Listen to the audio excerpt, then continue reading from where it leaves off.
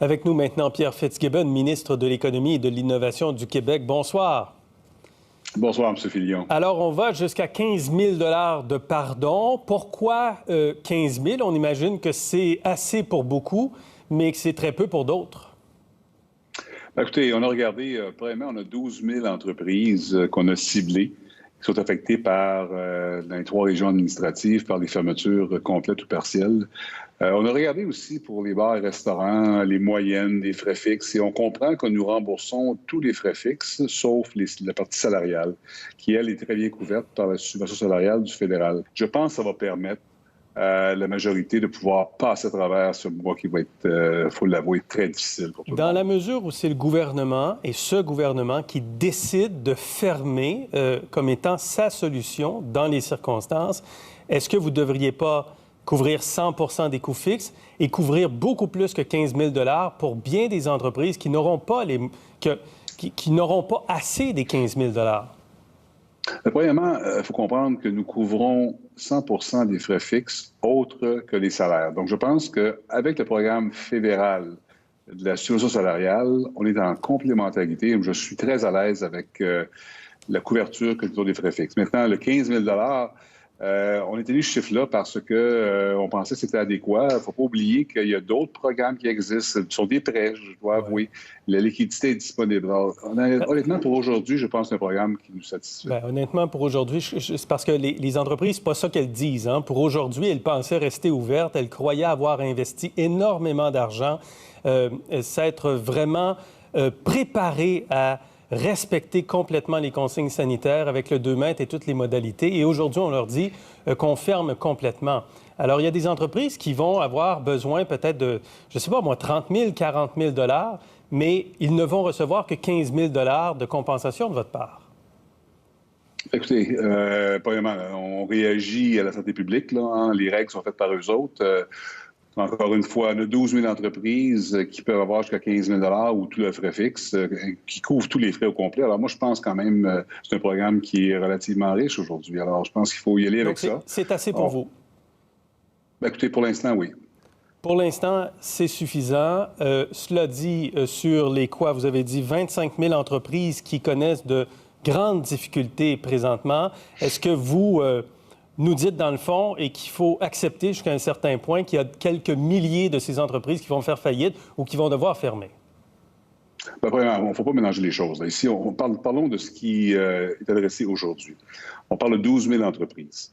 On donne jusqu'à 15 000 $ par entreprise pour couvrir leurs frais fixes. Donc, je pense que, honnêtement, c'est un programme que je considère adéquat dans les circonstances. Pour ça, on parle de d'autres PME qui souffrent la relance économique qui va être plus tardive dans certaines régions ou dans certains cas. Pour l'instant, nous avons quand même des programmes de prêts. On est la seule province, en passant, qui a plus de 1,6 milliard de disponibilité maintenant qui a été approuvé. Donc, on est c'est un programme très important. Alors, je pense qu'il ne faut pas minimiser ça. Deuxièmement, on travaille avec le programme de loyer. Vous vous rappelez peut-être que le programme d'aide au loyer du fédéral, nous étions la seule province qui accordait un pourcentage pour permettre aux propriétaires d'appliquer. Bon, seulement 23 000 locataires ont profité du programme.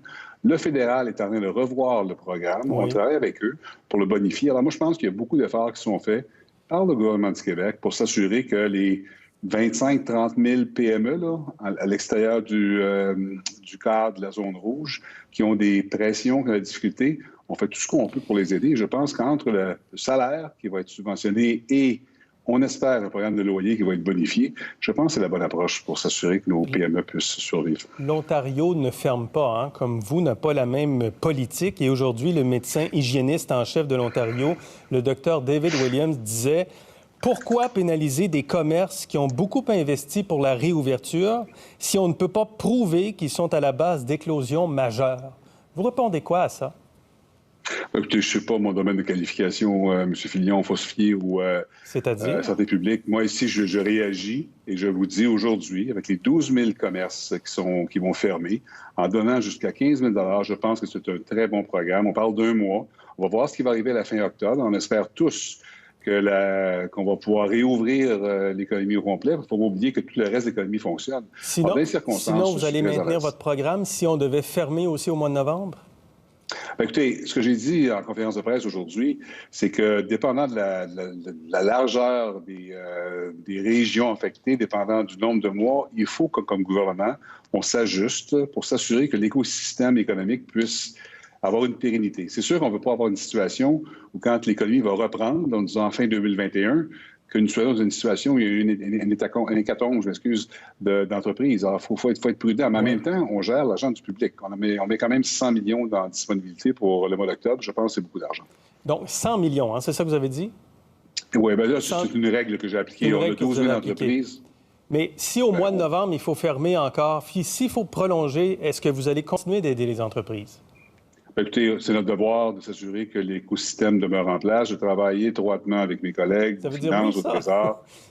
On verra, M. Fillon. Je ne peux pas spéculer. Là. On pourra prendre ça mois par mois, si vous voulez bien. Je comprends, mais j'entends quand même les gens du milieu, puis vous aussi, plus que moi, peut-être encore davantage, qui sont déçus, qui sont inquiets, qui ne comprennent pas pourquoi c'est comme ça, qui croyaient vraiment avoir fait les bonnes choses pour respecter toutes les demandes du gouvernement et de la santé publique.